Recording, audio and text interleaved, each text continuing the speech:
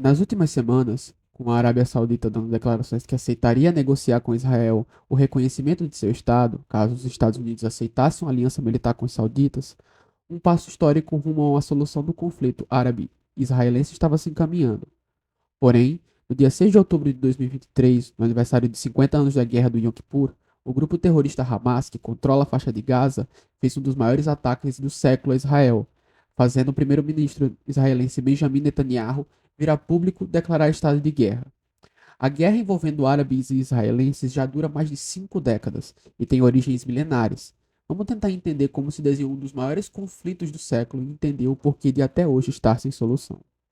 A origem dos conflitos entre árabes e israelenses está diretamente relacionada com o surgimento do sionismo no final do século XIX, que teve origem oficialmente em 1896, a partir de um livro publicado pelo jornalista húngaro que se chamava Theodor Herzl. O livro se chamava O Estado Judeu e defendia a criação de um Estado para o povo judeu.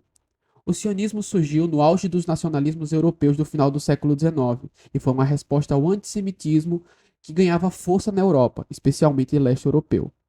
A partir daí, formou-se uma série de organizações sionistas que passaram a defender politicamente a formação desse Estado judeu e começou a investigar a possibilidade de que esse Estado surgisse na região da Palestina. No começo do século XX, a Palestina era majoritariamente ocupada por árabes e muçulmanos, desde que os judeus foram expulsos na metade do primeiro século da região após uma revolta enquanto o Império Romano ainda controlava o território. A partir de então, vários povos controlaram a região e chegou às mãos dos turcos otomanos em 1517. Os otomanos controlaram a região até o final da Primeira Guerra Mundial, quando o império se dissolveu. A partir de então, o controle passou para os ingleses. Durante a Primeira Guerra Mundial, os ingleses haviam prometido a criação de um Estado judeu para os sionistas em 1917 a partir da Declaração de Balfour. O problema é que os ingleses também haviam feito a mesma promessa para os palestinos durante os anos da guerra.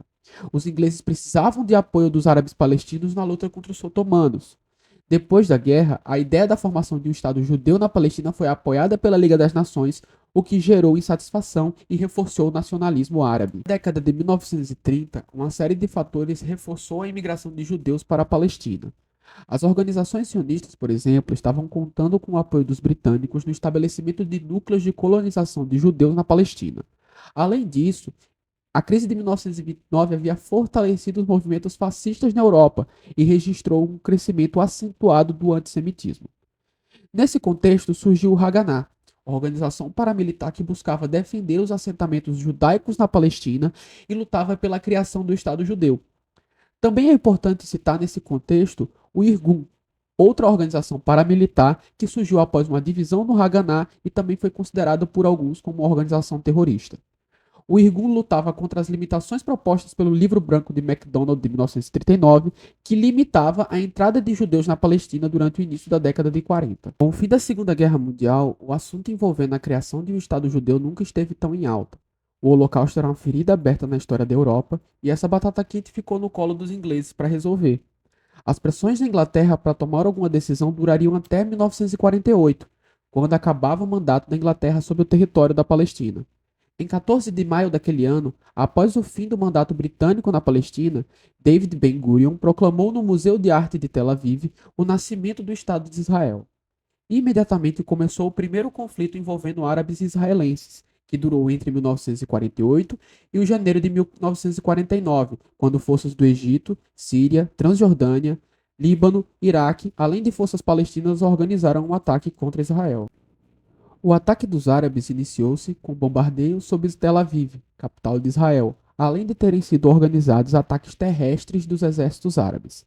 Havia, no entanto, uma grande diferença de treinamento entre as duas forças, já que as forças israelenses haviam sido integradas pelos grupos paramilitares Irgun, Legi e Haganah, e isso lhes deu vantagem no conflito, culminando no cessar-fogo de 1949.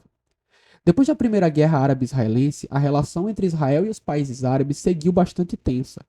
Na década de 50, o Egito era governado por Gamal Abdel Nasser e possuía um governo extremamente nacionalista. Em 1956, o governo egípcio anunciou a nacionalização do Canal de Suez, que liga o Mar Mediterrâneo ao Mar Vermelho. Isso desagradou os governos franceses e britânicos, que possuíam interesses econômicos no canal.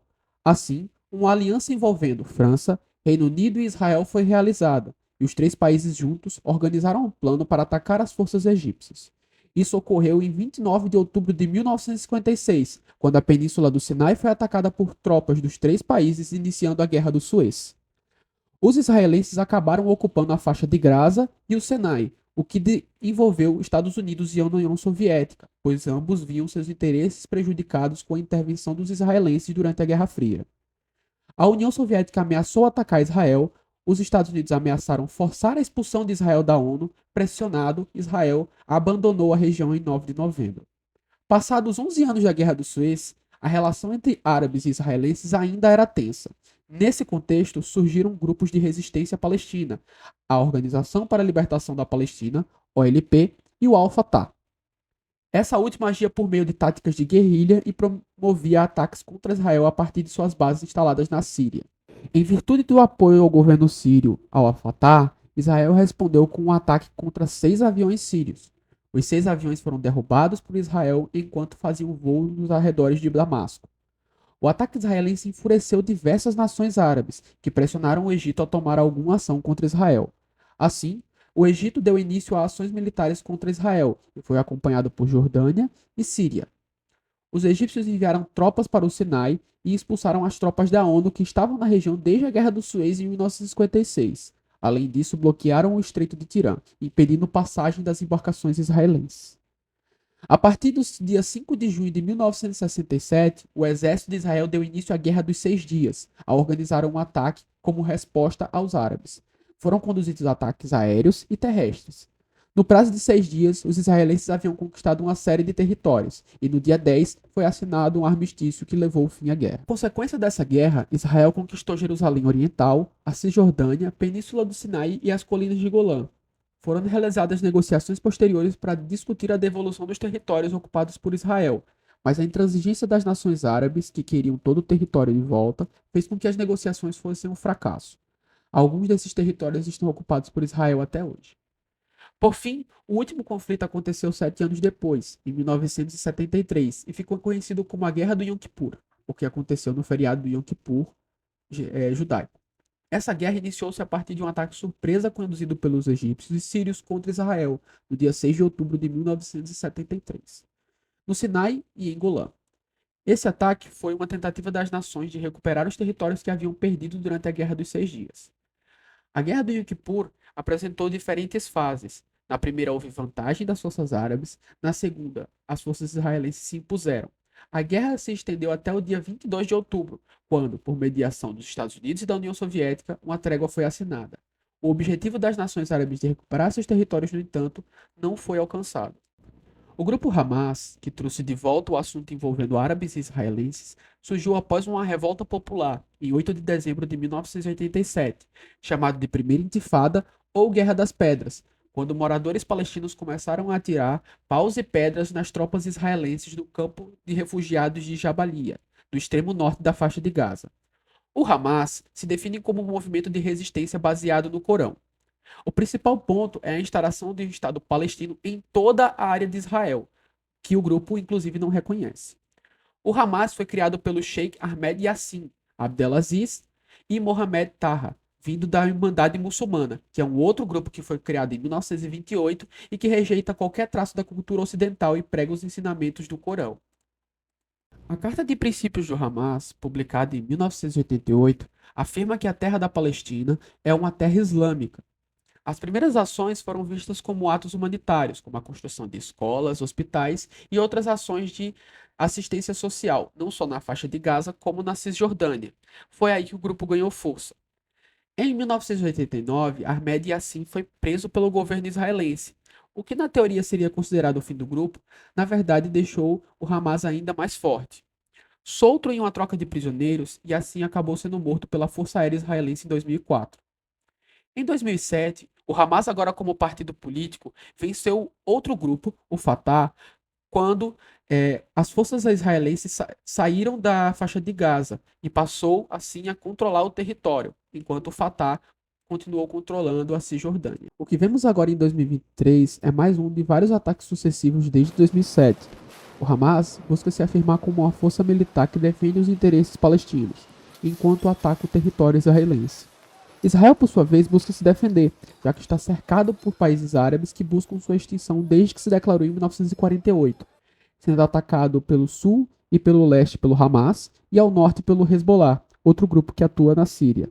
Entre tantos conflitos e excessos de todos os lados estão a população israelense e a população palestina, que nem sempre concordam com as decisões de seus governantes, mas sofrem com as consequências da guerra.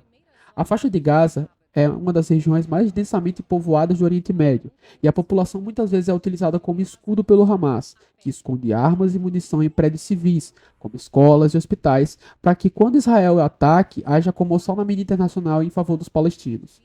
O que vemos na Palestina é a definição de um conflito sem corretos e sem errados, onde os interesses de grupos específicos são colocados à prova e que só quem sofre é a população.